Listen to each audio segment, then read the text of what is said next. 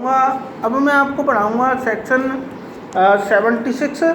Section 76 कहता है गिरफ्तार किए गए व्यक्ति को न्यायालय के समक्ष अविलंब रूप से लाया जाना, यानी कि उसको कोर्ट के समक्ष जितना जल्दी हो सके उतना उसको पेश किया जाएगा। तो पुलिस अधिकारी या अन्य व्यक्ति जो गिरफ्तारी का वारंट का निष्पादन करता है, गिरफ्तार किए गए व्यक्ति को धारा 71 की जो प्रतिभूति की जो प्रावधान हैं उन प्रावधानों के अधीन रहते हुए अनावश्यक विलंब के उस व्यक्ति को न्यायालय के समक्ष लाएगा जिसके समक्ष पेश करने के लिए वह विधि के द्वारा अपेक्षित है। लेकिन यदि वह व्यक्ति विलंब करता है तो ऐसा विलंब गिरफ्तारी के स्थान से मजिस्ट्रेट के न्यायालय के लिए यात्रा का जो स्थान है वह 24 घंटे से अधिक नहीं होगा। अर्थात 24 घंटे की केवल उसको एक टाइम लिमिट दे रखी है कि 24 घंटे के भीतर वह उस व्यक्ति को ऐसे मजिस्ट्रेट के समक्ष पेश कर दे। सेक्शन 77 में है वारंट का कहाँ निष्पादित किया जा सकता है। तो गिरफ्तारी का जो वारंट है वह भारत के किसी भी स्थान में निष्पादित किया जा सकता है। सेक्शन 78 में है कि यदि अधिकारिता से बाहर निष्पादन के लिए कोई वारंट भेजा गया है तो उसका क्या प्रावधान होगा। तो इसमें है कि स्थानीय अधिकारिता से बाहर यदि किसी वारंट का निष्पादन किया जाना है तो वह पुलिस अधिकारी को निर्दिष्ट करने के बजाय डाक के द्वारा, या तो उसको डाक के द्वारा भेजा जाएगा या किसी एग्जीक्यूटिव मजिस्ट्रेट को अर्थात कार्यपालक मजिस्ट्रेट को या जिला पुलिस अधीक्षक को, एसपी साहब को या पुलिस आयुक्त कमिश्नर साहब को भेजा जा सकता है जिसकी सीमाओं में उस वारंट का निष्पादन किया जाना है। अब पहला स्टेप पूरा हो गया, अब आता है हमारा सेकंड स्टेप। अर्थात वह वारंट जब इन 4 व्यक्तियों के पास पहुंच जाता है तो आगे का क्या प्रोसीजर होगा। तो तब वह कार्यपालक मजिस्ट्रेट है या जिला अधीक्षक है, जिला पुलिस अधीक्षक या आयुक्त, उस पर अपना नाम प्रस्तांकित करेगा। अर्थात उस वारंट पर अपने हस्ताक्षर करेगा और अपना नाम लिखेगा और यदि साध्य है तो उसका निष्पादन जो उपबंधित रीति है उस रीति से उसका निष्पादन करवाएगा। सबसे पहली बात। उसके बाद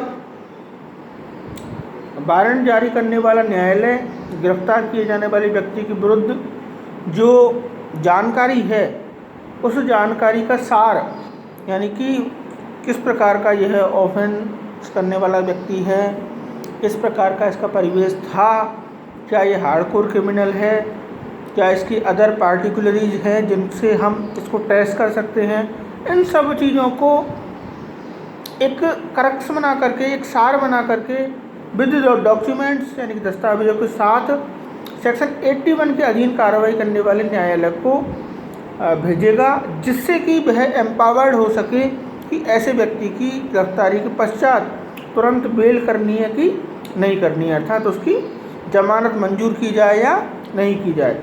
इस प्रकार वह वारंट के साथ ऐसे दस्तावेजों को भी भेज देगा।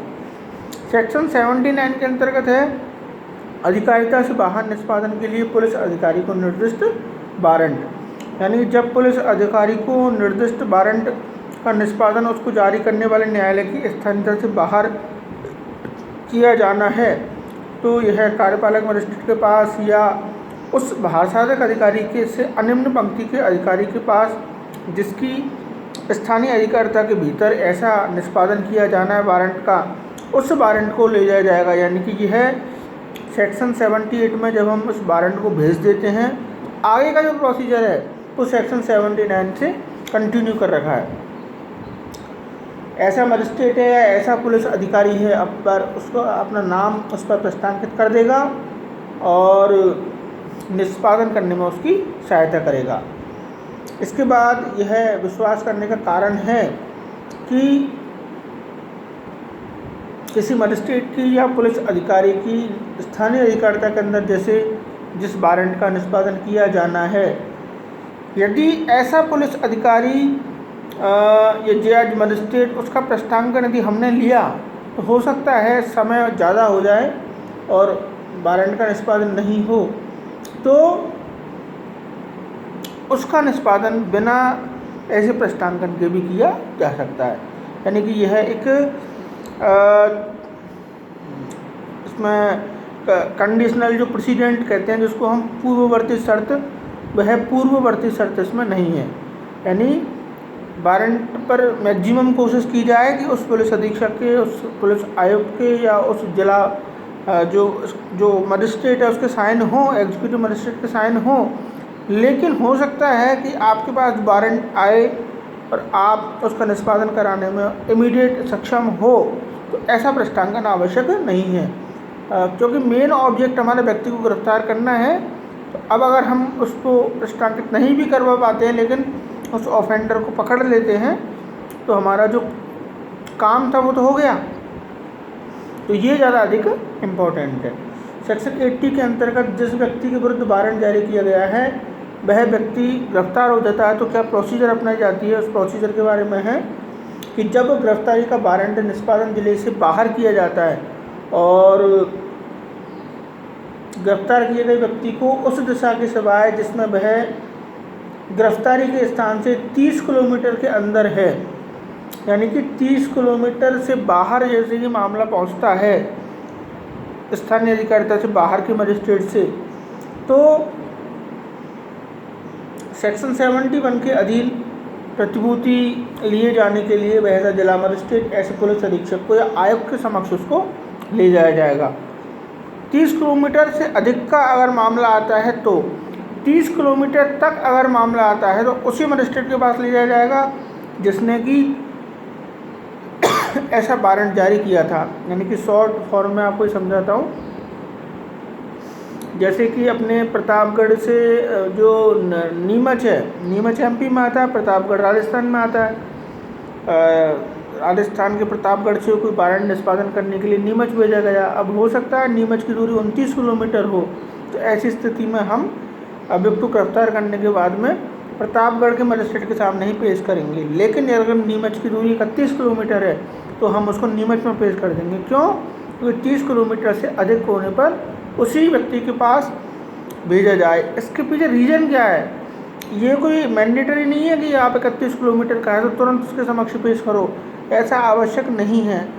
तो यह प्रक्रियात्मक प्रावधान है। यदि हो सकता है आप 15 मिनट में 31 किलोमीटर की दूरी तय कर लो, तो आप उधर प्रतापगढ़ में भी पेश कर सकते हो। लेकिन अगर आप दूरी तय नहीं कर पाए तो सेक्शन 757 की 24 घंटे के भीतर प्रस्तुत, सेक्शन 76 अविलंब रूप से प्रस्तुत किया जाना और आर्टिकल 22 की अवैध गिरफ्तारी अनुरोध से संरक्षण 24 घंटे के भीतर, तो इन तीनों स्टेप्स का उल्लंघन होगा। तो इससे बचने के लिए हम ये कह रहे हैं कि अगर 30 किलोमीटर से बाहर अगर लोकल लिमिट्स से कोई मामला जाता है तो आप उसको इमीडिएटली उसी मजिस्ट्रेट के सामने पेश कर दो जिसकी स्थानीय अधिकारिता के भीतर हमने उसको गिरफ्तार किया है। लेकिन अगर 30 किलोमीटर की दूरी आप 10 मिनट में तय कर सकते हो तो ऐसी स्थिति के अंतर्गत आप उस व्यक्ति को उसी मजिस्ट्रेट के समक्ष पेश करो जिसने कि ऐसा वारंट जारी किया था, ना कि निष्पादित किया था।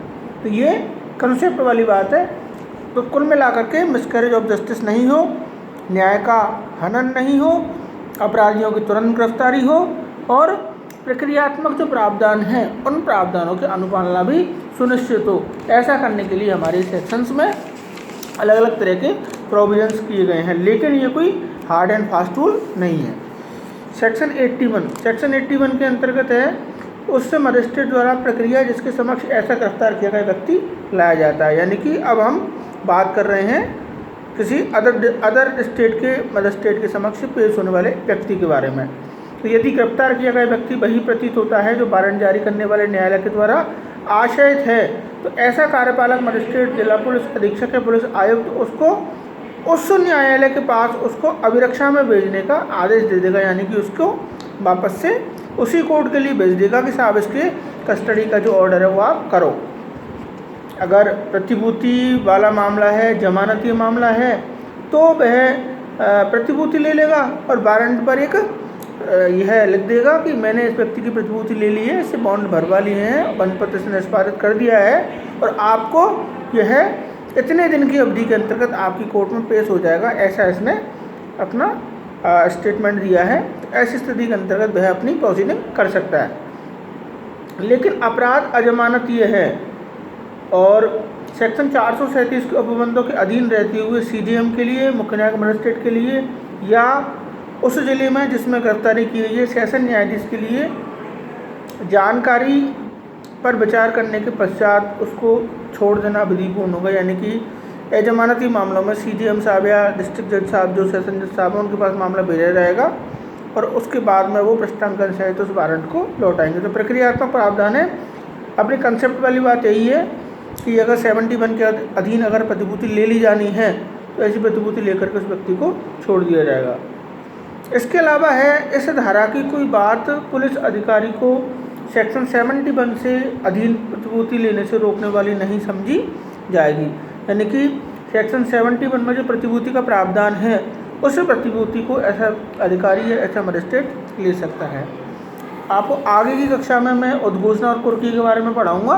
तो आज की कक्षा के लिए इतना ही। Thank you.